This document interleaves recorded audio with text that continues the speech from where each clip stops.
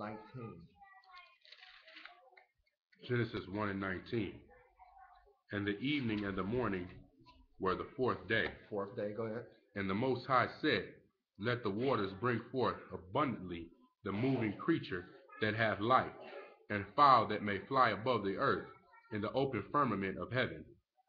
And the Most High created great whales, and every living creature that moveth, which the waters brought forth abundantly, after their kind, and every winged fowl after his kind.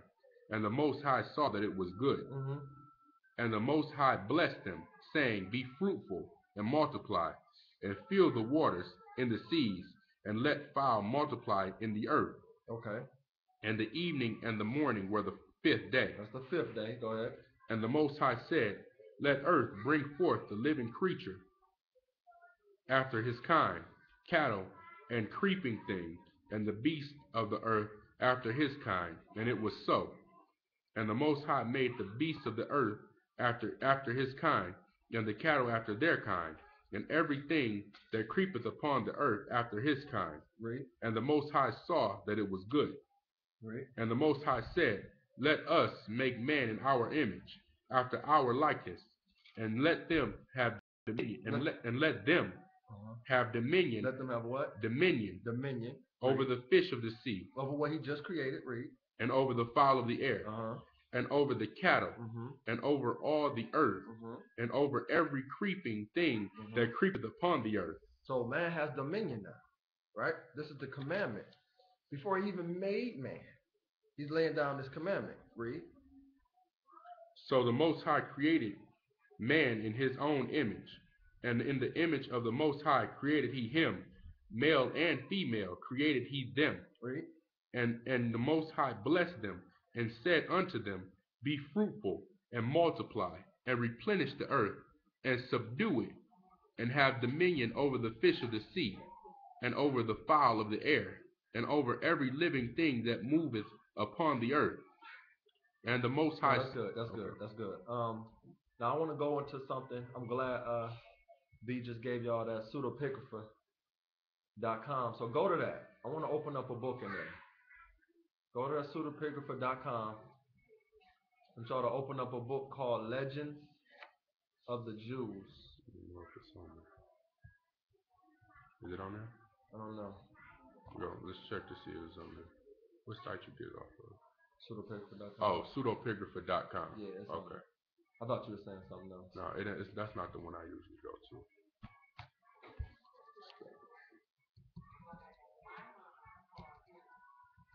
We gonna type it in right now. Yeah.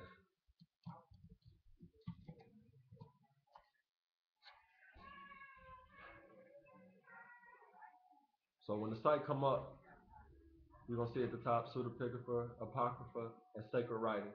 Yeah, so go. It's www.pseudepigrapher.com. That's PSEUDEPIGRAPHA.com. That boy can read. And be careful with those books. Some books are on point, but be careful. If it's unplug them? Yeah. Oh, you did. You're about to die. If it's not lining up with the scriptures, something about to die. If it's not lining up with the scriptures, don't abide by it. So I want y'all to go down to the column where it says historic works. You'll see the works of Flavius Josephus, the Book of Jasher, Legends of the Jews, Story of Ahikar, Pistis Sophia. I want y'all to click on Legends of the Jews. Page should open up, Legends of the Jews by Louis Ginsburg, 1909. Volume 1 is what we're looking for. Chapter 2 on Adam.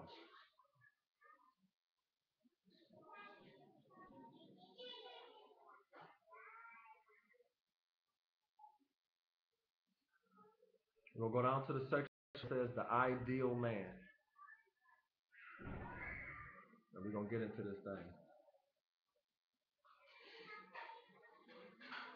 Because in order for us men to really actualize who we are as kings and priests, as a chosen people, of the Most High, really think it'll help us to go back and observe the creation of the first man. And I like this title of this particular section of chapter 1, or chapter 2, I'm sorry, the ideal man. I'm hoping everybody there, I'm going to go ahead and get into this thing. I'm going to go to read paragraph 1 real quick. Say, like all creatures formed on the 6 days of creation, Adam came from the hands of the Creator fully and completely developed. He was not like a child, but like a man of 20 years of age. The dimensions of his body were gigantic, reaching from heaven to earth, or what amounts to the same, from east to west. Among later generations of men, there were but few who in a measure resembled Adam in his extraordinary size and physical perfections. Now I want y'all to pay attention to who these men are that the scriptures are comparing to Adam. Okay? It says Samson possessed his strength, a Hebrew Israelite. Saul, his neck, Hebrew. Absalom, his hair. Adam had locks. Asahel, his fleetness of foot. He could run fast. All these men are Hebrews. Uzziah, his forehead. Josiah, his nostrils. Zedekiah, his eyes. And Zerubbabel, his voice. Zerubbabel is a prophet during the time of Babylon, ancient Babylon. History shows that these physical excellencies were no blessings to many of their possessors. They invited the ruin of almost all. Samson's extraordinary strength caused his death. Saul killed himself by cutting his neck by his own sword while speeding swiftly. Asahel was pierced by Abner's spear. Absalom was caught by his hair in an oak. He was hung by his own hair, and thus suspended met his death. Uzziah was smitten with leprosy upon his forehead. The darts that killed Josiah entered through his nostrils, and Zedekiah's eyes were blind. So though it was Adam who had these extraordinary feats, they were all given to Hebrew men as well, which has another deeper meaning to it. Let's keep reading. The generality of men inherited as little of the beauty as of the pretentious size of their first father. The fairest woman compared with Sarah are as apes compared with a human being. Sarah was the baddest one walking around. So when you got these rap women walking around talking about they the baddest, not according to truth, you're not. Take off some of that makeup. Put on some modest apparel. Show us that you can be virtue. Then we'll call you one of the baddest. Let me see, what was that? As the fairest woman compared with Sarah are as apes compared with a human being. Sarah's relation to Eve is the same. And again, Eve was but an ape compared with Adam. How about that? His person was so handsome that the very sole of his foot obscured the splendor of the sun. Let me keep reading just a little bit further. Say his spiritual qualities kept pace with his personal charm. Okay? So I just want to take that part and say to all my Hebrew brothers out there that's standing out, cussing our family out, stop that. You wouldn't want me standing on the corner cussing your mama out, or your sister, or your niece, or your cousin, or your brothers, and I can keep going. So stop doing that. You're supposed to have spiritual qualities that keep pace with your personal charm. They say, for the Most High has fashioned his soul with particular care. Not that you could be out here taking this knowledge. Knowledge puffeth up. Okay? And you are a very obvious fact that knowledge puffs up. Don't do that to people. Now I want to jump down because I still want to cover a little bit of things on Adam. What I said, that was 1, 2, 3. I'm going to jump down to paragraph 7. Give me a second to get it. It starts off saying wisdom of Adam. I want to cover a little bit on some of the things Adam was doing before Eve was formed for him. This is paragraph 7. The wisdom of Adam displayed itself to greatest advantage when he gave names to the animals. This is something he did on his own. Then it appeared that the Lord, in combating the arguments of the angels that opposed the creation of man, had spoken well. He insisted that man would possess more wisdom than they themselves. Man will possess more wisdom than the angels, is what he's saying. When Adam was barely an hour old, the Lord assembled the whole world of animals before him and the angels. The latter were called upon to name the different kinds, but they were not equal to the task. So the Lord asked the angels to name all the animals first, but just saying that they weren't equal to the task. Adam, however, spoke without hesitation. O Lord of the world, the proper name of this animal is ox. For this one, horse. For this one, lion. For this one, camel. And so he called all in turn by name, suiting the name of the peculiarity of the animal. Then the Lord asked him what his name was to be. And he said Adam, because he had been created out of Adamah, dust of the earth.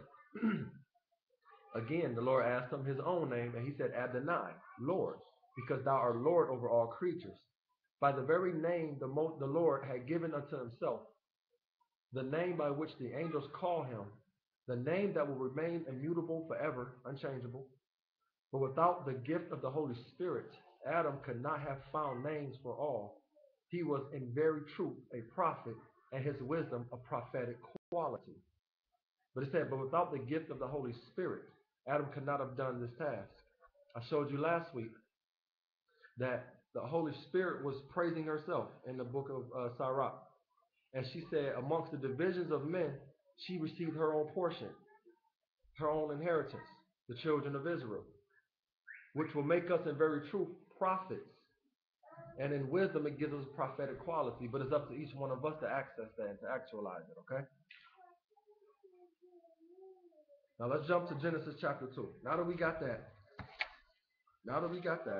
let's go to Genesis chapter 2, where we already have Adam already doing his work that he was given, already exercising his work under the sun, okay? He already named all the animals. That's not an easy task. That's not a very short task either. Read verse 18. Genesis 2, verse 18. And the Lord power said, it is not good that the man should be alone. I will make him an helpmeet for him. It's not man that man should be alone. So he started noticing the weariness of Adam's isolation and him being by himself. So he said, I will make him a helpmeet for him. Somebody that will help him, not guide him, not lead him, not rule him, but help him in his obedience toward the Father and toward the Lord. Read. And out of the ground the Lord power formed every beast of the field and every fowl of the air, and brought them unto Adam to see what he would call them. And whatsoever Adam called every living creature, that was the name thereof. So we just covered that in Legends of the Jews. Go to verse 21. Verse 21.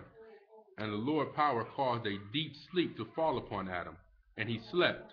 And he took one of his ribs, and closed up the flesh instead thereof. Right. And the rib which the Lord power had taken from man made he a woman, and brought her unto the man. And Adam said, this is now bone of my bones, and flesh of my flesh. She shall be called woman, because she was taken out of man. Therefore shall a man leave his father and his mother, and shall cleave unto his wife, and they shall be one flesh. And they were both naked, and the man and his wife, and were not ashamed. Now, I hope y'all didn't come about that Legends of the Jews. Hope you're still there. If you go a little bit down further past the part where it says the ideal man, like 2 sections down, you're going to see where it says woman. I want to get there real quick because we just covered his helpmeet being created. And I want you to go down to the 6th paragraph. And it says, when the Lord was at the point of making Eve, the 6th paragraph. We're going to read over that. And let me speed up too. When the Lord was on the point of making Eve, he said, I will not make her from the head of man. So this was, it wasn't that Eve was just, voila, you know. The Lord saying he put thought into this. And these are the very thoughts he had when making woman. This is very intriguing. Let's read. I will not make her from the head of man, lest she carry her head high in arrogant pride. Not from the eye, lest she be wanton-eyed. Not from the ear, lest she be an eavesdropper. Not from the neck, lest she be insolent. Not from the mouth, lest she be a tattler. Not from the heart, lest she be inclined to envy. Hmm. Very interesting. A woman being inclined to envy.